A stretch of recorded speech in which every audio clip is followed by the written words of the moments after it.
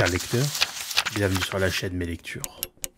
Avant de commencer à introduire le nouveau format, j'aimerais vous rappeler que le concept de la chaîne repose sur l'éveil au quotidien par des contenus de courte durée, et que les formats traditionnels du samedi perdureront.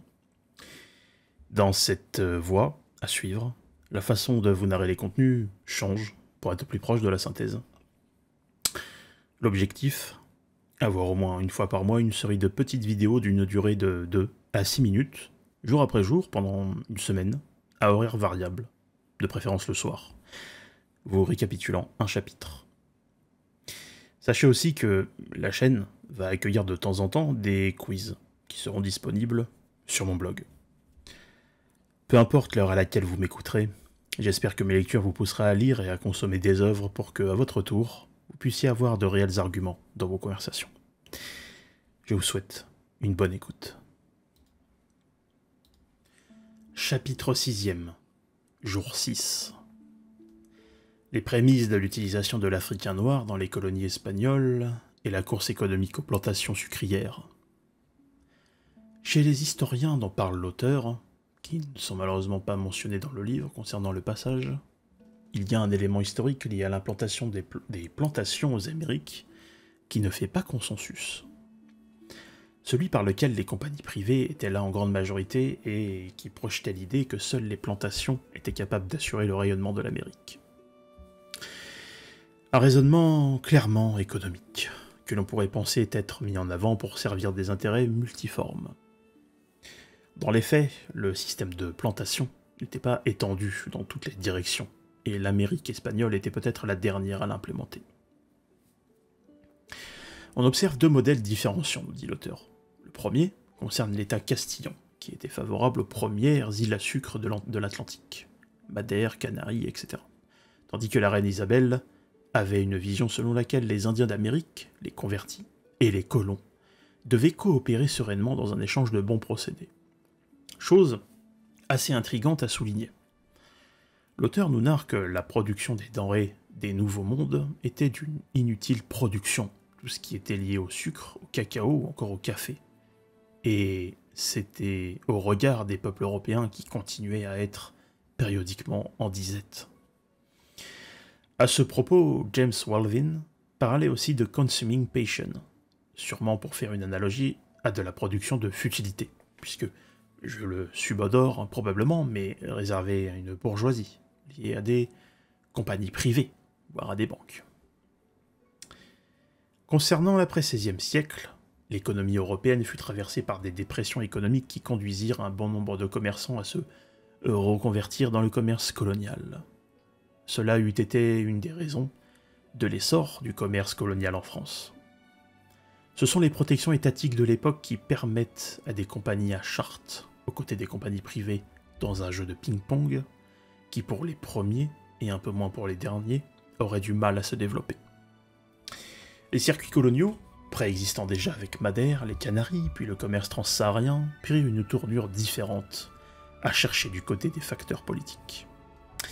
Une fois de plus, les études anglo-saxonnes l'oublient volontiers selon l'auteur, en se consacrant sur des variables uniquement culturelles et économiques, mais cela ne m'étonne pas trop. D'ailleurs, les conquistadors, après avoir épuisé les richesses des terres en cours de colonisation, et pour continuer leur conquête de richesses, devaient en produire.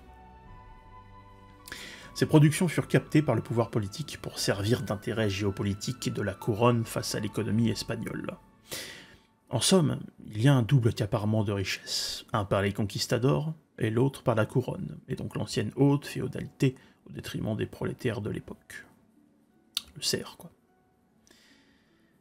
Ceux qui connaissent les mouvements de l'histoire européenne, notamment pour la France dont j'ai déjà parlé, savent que de féroces guerres politiques et économiques étaient en jeu. En ce sens, le mode de mise en valeur des Amériques, notamment déjà à l'époque de François Ier, était biaisé, parce que l'Europe du Nord-Ouest pouvait accaparer aux Ibériques.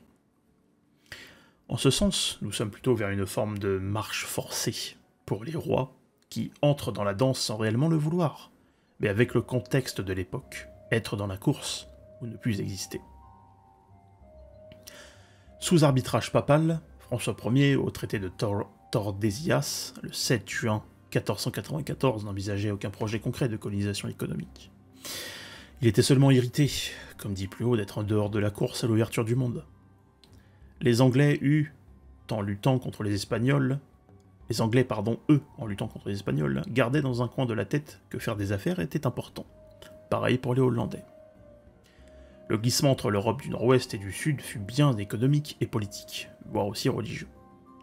Les considérations de type économique étaient aussi en partie héritées de la mise en valeur des Amériques par les plantations. L'échange entre négociants, compagnies privées et politiques, rois, haute féodalité, anciennes, était palpable, et les considérations précitées étaient appréciées par ces milieux. Les Juifs déportés par les Portugais à Sao Tomé, c'est-à-dire à peu près 2000, furent plus tard, par leur descendance, les commerçants de l'île. L'auteur note qu'en plus des Juifs, un nombre important de métissages, ainsi que de nouveaux convertis au christianisme, qui étaient mal vus par les institutions religieuses de l'époque, étaient présents. La dénomination en bout de course était créole.